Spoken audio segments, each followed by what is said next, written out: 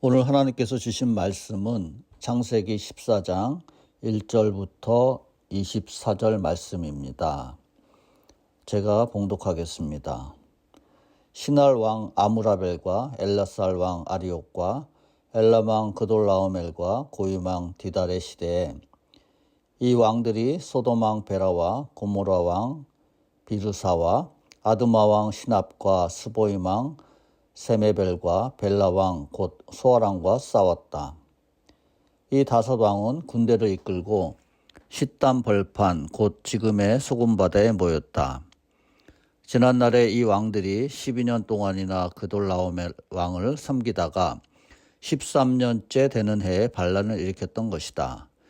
14년째 되는 해에는 그돌라오멜이 자기와 동맹을 맺은 왕들을 데리고 일어나서 아스드롯 가르나임에서는 르바 사람을 치고 함에서는 수수 사람을 치고 사웨 기랴다임에서는 엠 사람을 치고 세일 산간 지방에서는 호리 사람을 쳐서 광야 부근까지 엘바란까지 이르렀다. 그리고는 쳐들어온 왕들은 방향을 바꿔서 엠미스밭 곧 가데스로 가서 아말렉 쪽의 온 들판과 하사돈 다말에 사는 아모리 족까지 쳤다. 그래서 소돔 왕과 고모라 왕과 아드마 왕과 스보임 왕과 벨라 왕 곧 소아랑이 싯딤 벌판으로 출전하여 쳐들어온 왕들과 맞서서 싸웠다. 이 다섯 왕은 엘람 왕 그돌라오멜과 고임 왕 디달과 시날 왕 아므라벨과 엘라살 왕 아리옥 이 네 왕을 맞아서 싸웠다. 싯딤 벌판은 온통 역청수롱으로 가득 찼는데 소돔 왕과 고모라 왕이 달아날 때에 그들의 군인들 가운데서 일부는 그런 수렁에 빠지고 나머지는 산간지방으로 달아났다. 그래서 쳐들어온 네 왕은 소돔과 고모라에 있는 모든 재물과 먹거리를 빼앗았다. 아브라함의 조카 롯도 소돔에 살고 있었는데 그들은 롯까지 사로잡아가고 그의 재산까지 빼앗았다. 거기서 도망쳐 나온 사람 하나가 히브리 사람 아브라함에게 와서 이 사실을 알렸다. 그때 아브라함은 아모리 사람 마므레의 땅 상수리 나무들이 있는 곳에서 살고 있었다. 마므레는 에스골과는 형제 사이이고 아넬과는 형제 사이이다. 이들은 아브라함과 동맹을 맺은 사람들이다. 아브라함은 자기 조카가 사로잡혀갔다는 말을 듣고 집에서 나와 훈련시킨 사병 318명을 데리고 단까지 쫓아갔다. 그날 밤에 그는 자기의 사병들을 몇 패로 나누어서 공격하게 하였다. 그는 적들을 쳐부수고 다마스쿠스 북쪽 호박까지 뒤쫓았다. 그는 모든 재산을 되찾고 그의 조카 롯과 롯의 재산도 되찾았으며 부녀자들과 다른 사람들까지 되찾았다. 아브라함이 그돌라오멜과 그와 동맹을 맺은 왕들을 쳐부수고 돌아온 뒤에 소돔 왕이 아브라함을 맞아서 사회 벌판 곧 왕의 벌판으로 나왔다. 그때 살렘 왕 멜기세덱은 빵과 포도주를 가지고 나왔다. 그는 가장 높으신 하나님의 제사장이다. 그는 아브라함에게 복을 빌어주었다. 천지의 주제 가장 높으신 하나님 아브라함에게 복을 내려주십시오. 아브라함은 들으시오. 그대는 원수들을 그대의 손에 넘겨주신 가장 높으신 하나님을 찬양하시오. 아브라함은 가지고 있는 모든 것에서 열의 하나를 멜기세덱에게 주었다. 소돔 왕이 아브라함에게 말하였다.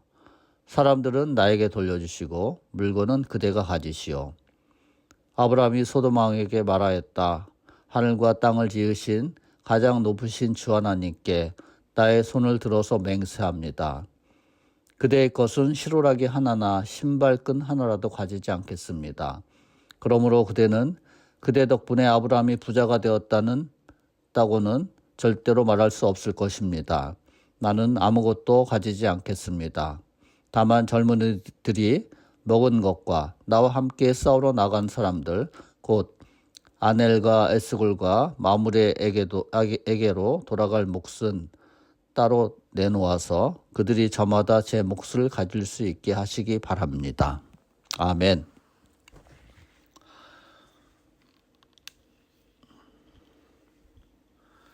사랑하는 성도 여러분, 오늘 우리가 함께 묵상할 말씀은 창세기 14장 1절부터 24절까지의 말씀입니다.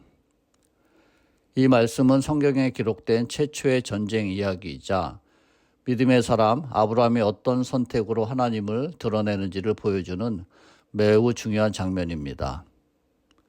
이 말씀은 단순한 전쟁 기록이 아닙니다. 이 말씀은 위기 속에서 하나님의 사람은 어떻게 살아야 하는가, 그리고 승리 이후에 우리는 무엇을 붙잡아야 하는가를 분명히 가르쳐 줍니다. 먼저 본문 1절부터 12절을 살펴보면 엘람왕 그돌라오멜과 그 동맹국들이 반역한 다섯왕을 치러 내려오는 장면이 나옵니다.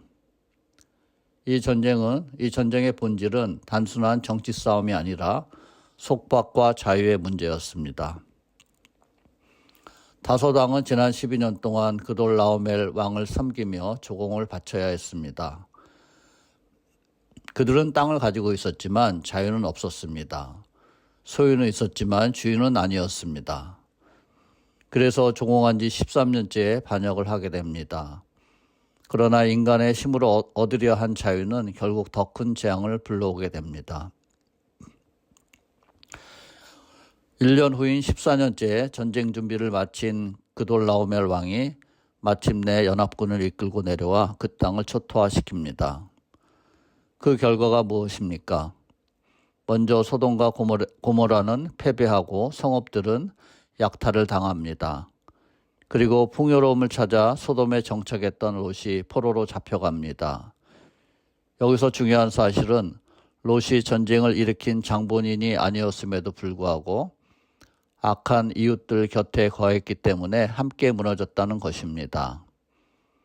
하나님께서는 요한계시록 18장 4절에 이렇게 말씀하십니다. 내 백성아, 그 도시에서 떠나거라. 너희는 그 도시의 죄에 가담하지 말고 그 도시가 당하는 재난을 당하지 않도록 하여라. 사랑하는 성도 여러분, 우리는 세상 속에 살지만 세상 방식으로 살면 안 됩니다. 롯은 눈에 보이는 풍요를 따라 소돔을 선택했지만 그 선택은 결국 재산도 빼앗기고 포로의 삶으로 이어졌습니다. 오늘 우리도 묻지 않을 수 없습니다. 나는 지금 어디에 머물러 있는가? 세상 속인지 아니면 하나님의 말씀 안에 있는지요? 나는 편안함 때문에 신앙의 경계를 낮추고 있지는 않은가? 하나님의 보호는 순종의 자리 안에 있음을 우리 모두 기억해야겠습니다. 본문 13절부터 16절은 14장의 가장 감동적인 장면입니다. 한 사람이 소돔에서 도망쳐와 아브라함에게 말합니다. 당신의 조카 롯이 사로잡혔습니다. 이 소식을 들은 아브라함은 개선하지 않습니다. 조건을 따지지도 않습니다. 망설이지도 않습니다. 그는 즉시 움직입니다. 13절의 성경은 그를 히브리 사람 아브라함이라고 부릅니다. 이는 단순한 민족 명칭이 아니라 신앙의 정체성을 의미합니다. 바로 아브라함은 하나님을 섬기는 사람이었고 자기 집안 사람들에게도 하나님을 섬기게 하였으며 평화를 사랑했지만 또한 위기를 대비한 사람이었습니다. 그는 318명의 훈련된 종들과 그리고 함께 살던 아모리 사람 아넬, 에스골, 마물의 형제와 연합하여 출정합니다. 상식적으로 보면 무모한 전쟁으로 보입니다. 그러나 믿음은 계산보다 사랑이 앞섭니다. 그리고 그는 지혜로운 전략으로 밤에 기습하여 완전한 승리를 거두게 됩니다. 그리하여 본문 16절 말씀과 같이 그는 모든 재산을 되찾고 그의 조카 롯과 롯의 재산도 되찾았으며 부녀자와 다른 사람들까지 되찾아오게 됩니다. 사랑하는 성도 여러분, 믿음은 말이 아니라 행동입니다. 믿음은 감상이 아니라 책임입니다. 아브라함은 자기에게 잘못했던 조카를 품었고 의무가 없는 사람들까지 함께 구했으며 손해를 계산하지 않고 사랑을 선택했습니다. 오늘 우리에게 하나님은 묻고 계십니다. 너는 지금 누구를 위해 살고 있느냐? 본문 17절부터 20절 말씀을 보시겠습니다. 전쟁이 끝나고 돌아온 후에 아브라함은 두 사람을 만납니다. 소돔 왕과 멜기세덱입니다. 먼저 멜기세덱이 나옵니다. 그는 살렘 왕이며 지극히 높으신 하나님의 제사장입니다. 멜기세덱은 아브라함에게 떡과 포도주를 가져오고 이렇게 축복합니다. 천지의 주제, 가장 높으신 하나님 아브라함에게 복을 내려주십시오. 이 전쟁은 단순한 환대가 아니고 승리 후 예배의 자리입니다. 아브라함은 이 축복 앞에서 전쟁에서의 승리는 자신의 힘이 아니라 하나님의 은혜였음을 고백합니다. 그래서 아브라함은 가지고 있는 모든 것에서 열의 하나를 멜기세덱에게 줍니다. 이것은 단순한 헌금이 아니라 이 모든 승리는 하나님께 속하였으며 이 모든 것은 주님의 것임을 고백하는 것입니다. 사랑하는 성도 여러분, 우리는 실패할 때만 하나님을 찾는 것이 아니라 성공했을 때 더 하나님을 높여야 합니다. 승리는 시험의 순간입니다. 그때 누구의 이름을 높이느냐가 우리의 신앙을 증명합니다. 본문 21절에서 24절 말씀을 보시겠습니다. 소돔 왕이 사람은 나에게 돌려주시고 물건은 그대가 가지시오라고 말합니다. 전쟁에서 승리한 아브라함이 전리품을 챙기는 것은 그 당시의 정당한 권리이지만 23절 말씀처럼 아브라함은 자신의 성공이 사람 때문이라는 말을 듣고 싶지 않았습니다. 왜냐하면 사람으로 인해 하나님의 역사하심이 가려지는 것을 원치 않았기 때문입니다. 아브라함처럼 우리 믿음의 사람은 얻을 수 있어도 포기할 줄 알아야 하고 가질 수 있어도 거절하는 마음을 가져야 합니다. 우리에게는 하나님의 영광이 내 이익보다 훨씬 더 중요하기 때문입니다. 오늘 말씀을 맺겠습니다. 오늘 새벽 이 말씀 앞에서 우리는 한 가지 질문 앞에 서게 됩니다. 하나님, 제 삶의 주인은 지금도 주님이십니까? 오늘 본문을 통해 하나님께서는 우리에게 분명한 4가지의 순종을 요청하고 계십니다. 우리는 이 말씀 앞에서 더 이상 관망자가 아니라 결단하는 믿음의 사람이 되어야 합니다. 첫째, 신앙의 자리를 선택하십시오. 롯처럼 눈에 보이는 유익과 편안함을 따라가는 인생이 아니라 아브라함처럼 하나님을 기준으로 서는 자리를 선택해야 합니다. 우리가 어디에 서 있느냐가 우리의 인생을 결정합니다. 둘째, 사랑으로 움직이십시오. 믿음은 말로 증명되지 않습니다. 믿음은 손해를 감수하는 사랑의 선택으로 증명됩니다. 아브라함처럼 계산보다 사랑이 앞서는 삶을 살아야 합니다. 셋째, 승리 후에 하나님께 영광을 돌리십시오. 11조는 단순한 비율이 아니라 이 모든 것이 주님의 것입니다 라는 신앙의 고백입니다.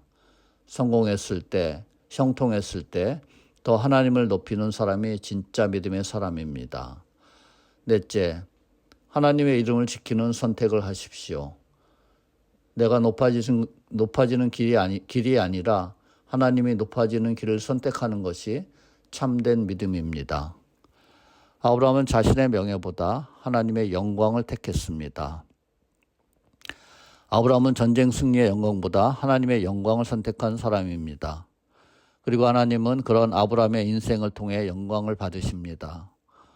오늘 우리도 이 새벽에 이렇게 고백하기를 원합니다. 하나님, 제 인생의 성공도 실패도 저의 선택도 미래도 모두 주님 손에 올려드립니다. 주님만이 제 인생의 주인이십니다. 이 고백이 오늘 하루의 고백이 아니라 우리 평생의 고백이 되기를 소망합니다. 아브라함의 하나님께서 오늘 우리의 하나님이 되시기를, 우리의 삶이 하나님을 높이는 선택의 연속이 되기를 주님의 이름으로 축원합니다. 기도하시겠습니다. 참 좋으신 하나님 아버지, 이 새벽에 창세기 14장의 말씀으로 저희를 깨우시고 부르셔서 감사합니다. 세상의 전쟁과 혼란 속에서도 여전히 천지의 주제이시며 지극히 높이신 하나님께서 우리의 주인이심을 고백합니다. 하나님, 롯처럼 눈에 보이는 유익과 편안함을 따라 믿음의 경계를 낮추지 않게 하시고 우리의 발걸음을 순종의 자리로 인도하시기 원합니다. 또한 아브라함처럼 사랑으로 움직이는 믿음 갖기 원합니다. 계산보다 사랑이 앞서게 하시고 주께서 맡기신 가족과 이웃을 위해 기도하며 손을 내미는 책임 있는 믿음의 사람이 되게 하옵소서. 승리와 형통의 순간에도 교만하지 않게 하시고 모든 결과가 주님의 은혜임을 인정하며 하나님께 영광 돌리기 원합니다. 우리가 가진 것과 삶의 열매를 통해 이 모든 것이 주님의 것입니다 라고 고백하게 하시고 무엇보다 하나님의 이름만 높아지게 하옵소서. 이 하루도 주님 손에 올려드립니다. 우리의 주인은 오직 주님이십니다. 예수 그리스도의 이름으로 기도드립니다. 아멘.